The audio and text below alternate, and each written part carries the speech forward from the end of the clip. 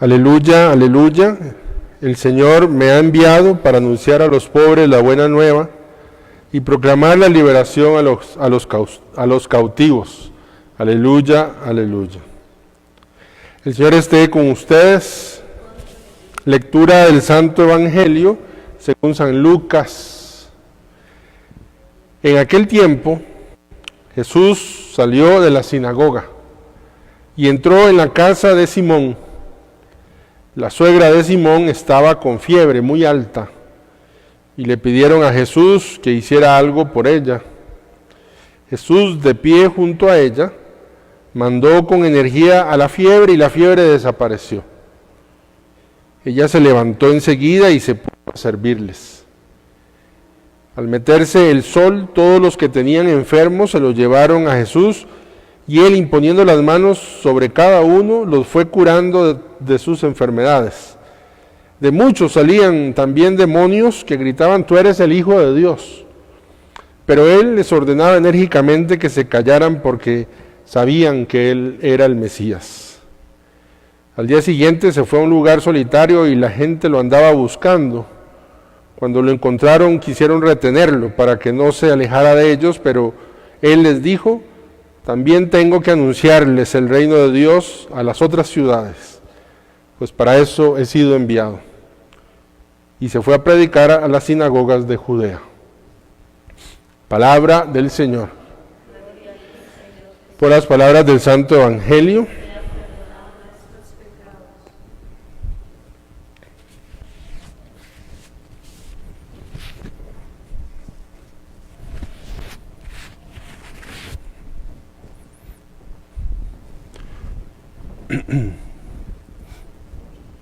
Estamos celebrando hoy miércoles de la semana 22 del tiempo ordinario. Les decía el otro día que nos está acompañando ahora San Lucas. Este ciclo de entre semana hemos pasado de Mateo ahora al evangelista Lucas. Quiero mencionar alguna cosa de cada uno de los textos que hemos escuchado. Muy bello, o sea, yo sé que algunas personas me dicen: "Padre, usted siempre dice lo mismo", pero es que de verdad, de la palabra de Dios tan profunda, tan rica, que uno de un versículo puede sacar cualquier cantidad de cosas. Y a veces es complicado, ¿verdad? De pronto la predicación, uno hacia dónde encaminar la reflexión. Dice el texto de los Corintios que hemos escuchado.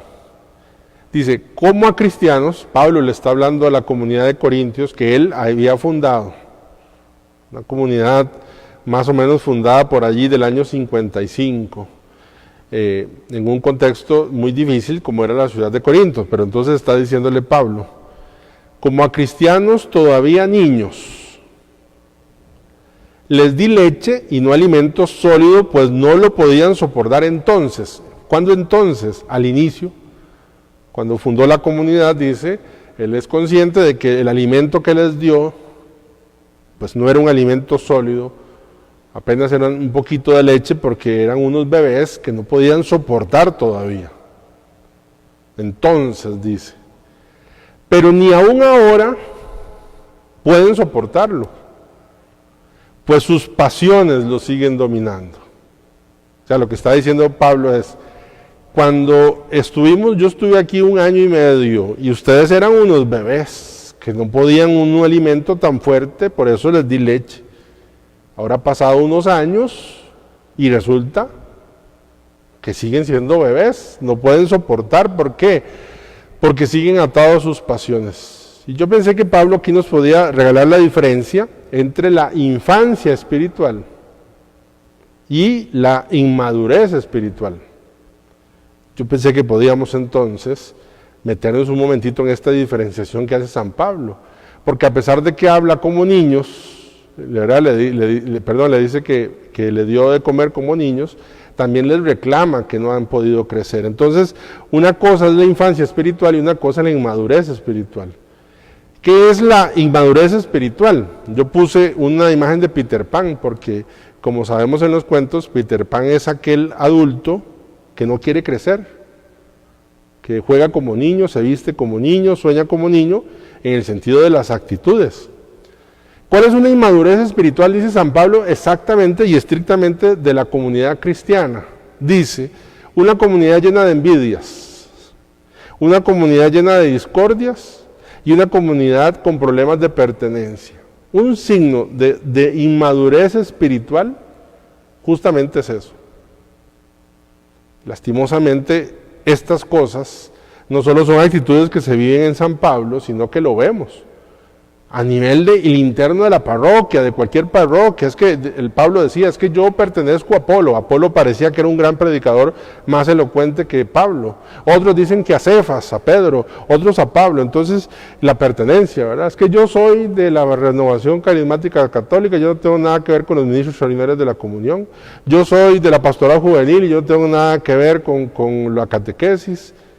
Ese problema de pertenencia, y Pablo dice, cuando no se dan cuenta que ni siquiera es Pablo, que ni siquiera es Pedro, sino que el edificio es de Dios. ¿A quién pertenecemos? ¿A la renovación o a Cristo? ¿A quién pertenecemos? ¿Verdad? Este mismo problema sucede, pues, lo sabemos también a nivel de nuestras parroquias, o a nivel desde el Papa. Es que yo sí voy de acuerdo con el Papa Francisco y no con el Papa Benedicto. Igual pasa, es que yo sí iba con el padre Sidar, y yo sí iba con el padre Toto, pero no con el padre Oldemar, yo sí iba con el padre Oldemar, pero con el padre Carlos no. Propio de la inmadurez. Hay una cosa que se llama afinidad, y eso no tiene que ver con la inmadurez. Creo que las relaciones interpersonales nos hacen sentir que uno puede ser más afín a una persona u otra, y eso es lógico. Pero tiene que ver con la empatía y con la simpatía. Pero lo que está hablando Pablo no es de simpatía o empatía, está hablando de pertenencia, sabiendo que yo le pertenezco a Cristo. Atención, cuando hablamos de inmadurez, es de madurez por etapas. Yo estoy convencido que inmadurez es la palabra que más mal utilizamos a la hora de hablar. Cuando hay un niño que está jugando como niño, y a ese niño uno espera que se comporte como un adulto, normalmente al niño le dicen, es que este niño es muy inmaduro. No, cada etapa tiene una etapa de madurez. Ese niño es maduro con respecto a la etapa que está viviendo. La inmadurez tiene que ver con que si yo ya estoy en una etapa superior, me sigo comportando como una etapa inferior. Pero yo no puedo pretender que alguien es inmaduro porque no se comporta en la etapa que yo pensaría que me gustaría que estuviese. Ya lo decía yo el domingo, aquel ejemplo la señora, quería que ese muchacho con 4 minutos de estar en la iglesia se comportara igual con 40 años que ella tenía de estar en la iglesia. La madurez que él tenía era la madurez que podía ofrecer en ese momento. Entonces, esto es muy importante. Yo paso, por ejemplo, mi vida acá ha estado cerca de la pastoral juvenil y siempre tengo que estar escuchando, bueno, aquí en la parroquia todavía no tanto, pero siempre tenía que estar escuchando, es que la pastoral juvenil son unos inmaduros, me decían los señores ministros ordinarios de la comunión.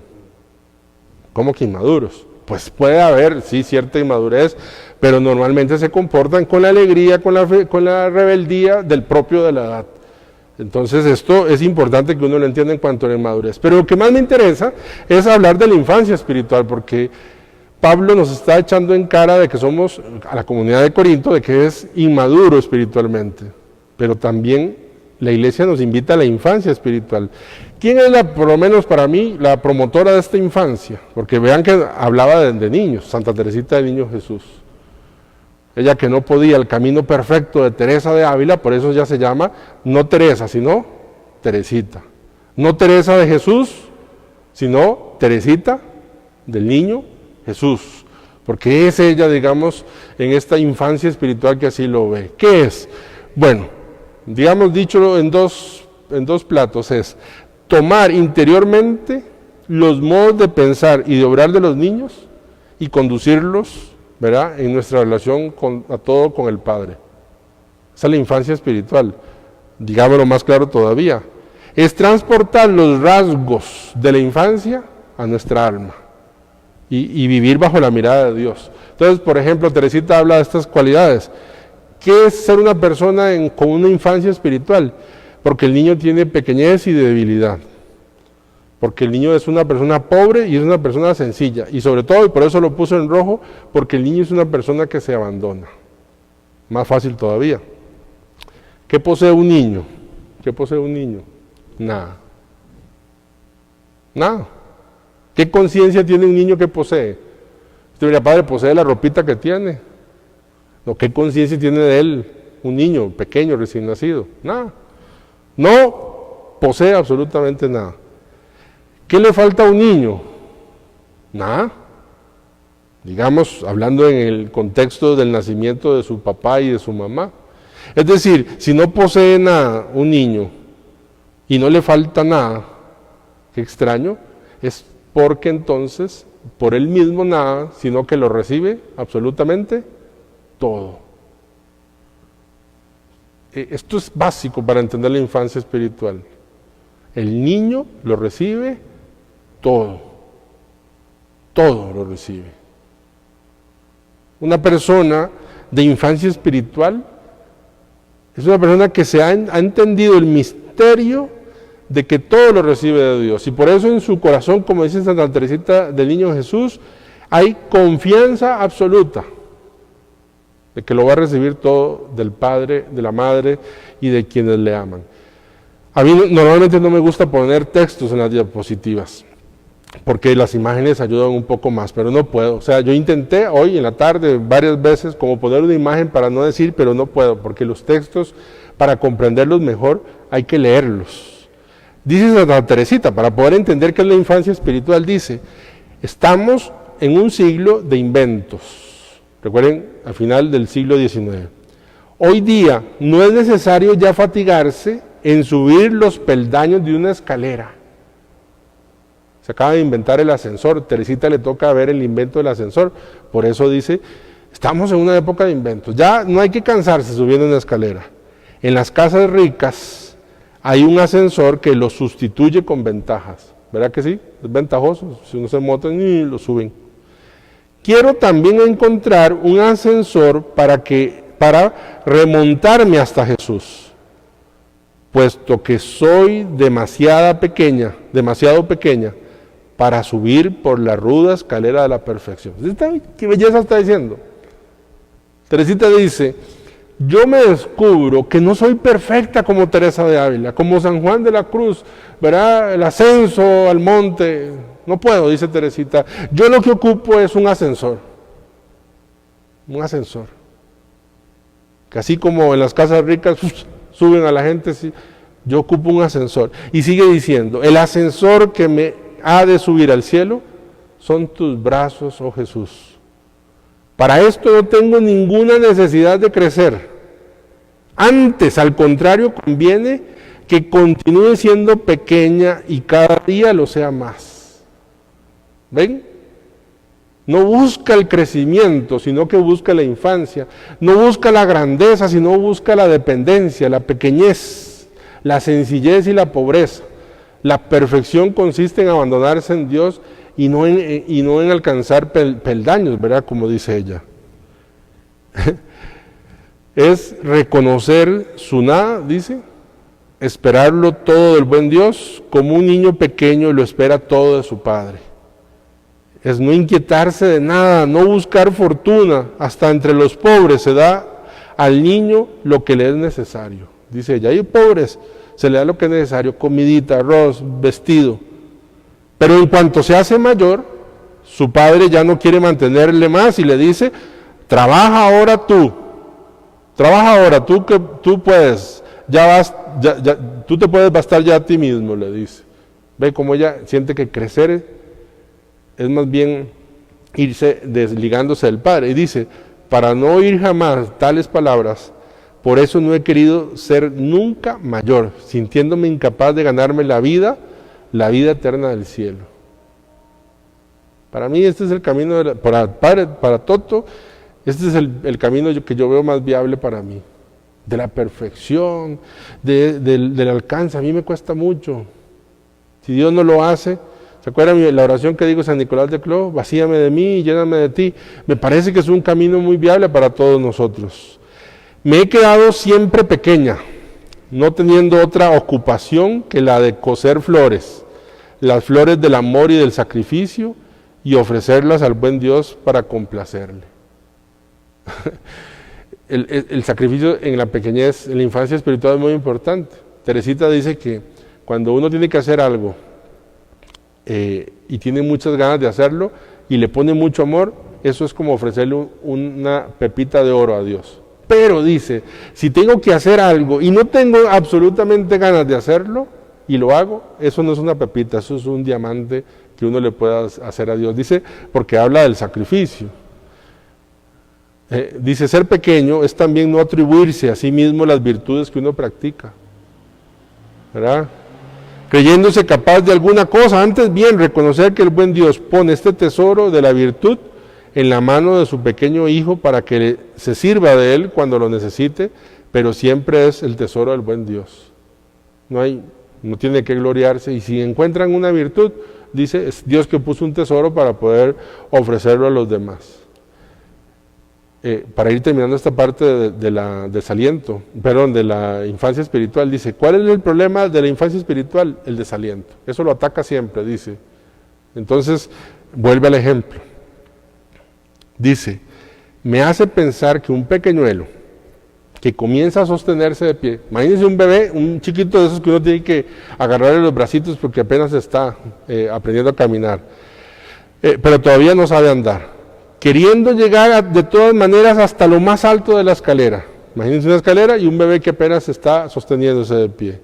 Para reunirse con su madre levanta un piececito para subir el primer escalón. Trabajo inútil, dice. Siempre cae, sin poder levantarse, sin poder avanzar. Pues bien, procura ser este pequeñuelo. Y sigue diciendo, por la práctica de las virtudes, levanta siempre tu piececito para subir la escalera de la santidad. Y no te imagines, lo repito, no te imagines que puedes subir ni siquiera el primer peldaño. No. Dios, nuestro Señor, únicamente te pide buena voluntad. Sí, que hagas el intento de subir el pie. No te imagines que vas a subir esa escalera, dice, en esta infancia espiritual que ella propone. Y dice, de lo alto de esta escalera te mira con amor. Un día, vencido por tus esfuerzos inútiles, bajará él mismo y tomándote en sus brazos, ¿verdad?, te llevará para siempre a su reino donde ya no le dejarás nunca más. La infancia espiritual es diferente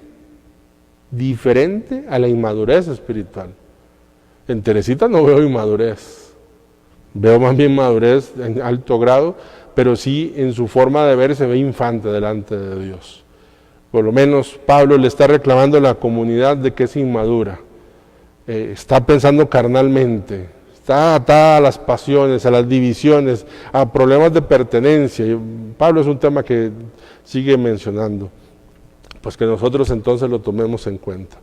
Una palabrita del Evangelio, hemos escuchado, donde nos presentan un día completo de Jesús, y si usted lo ve bien, léalo en su casa nuevamente. Jesús dedica la mañana, o la parte del día, para el amor al prójimo. Curó a la suegra de Pedro, sanó a otros enfermos, expulsó demonios, y la parte de la noche para cuidar a Dios, es decir, para su relación con Dios. Esa es la agenda. El día para el servicio, la noche, la madrugada, la oscuridad, para el diálogo con Dios. Y lo escuchamos, al amor al prójimo entonces, dice, salió de la sinagoga, ¿qué hizo? Predicación. Los que tenían enfermos se los llevaba, ¿qué hizo? Curación. Salían también demonios, ¿qué hizo? Liberación. Esa es la agenda de Jesús. ¿Usted quiere saber cómo era un día de Jesús? Eso, se dedicaba al amor al prójimo, ¿cómo? Con la predicación, que eso da alimento al alma, con la curación, que eso alimenta la fe, y con la liberación, ¿verdad?, en este caso los endemoniados. Nosotros también estamos invitados a vivir lo mismo. Y la otra parte, el amor al prójimo, dice, se fue a un lugar solitario, ¿verdad?, a un lugar solitario. ¿Por qué? Porque cuida su relación con Dios y cuida su disposición interior. Esto nos invita un poco a la hiperactividad pastoral. Un texto, una frase que ya conocemos de San Francisco de Sales, dice, reza diariamente durante media hora, excepto cuando estés muy ocupado, entonces reza 1 hora.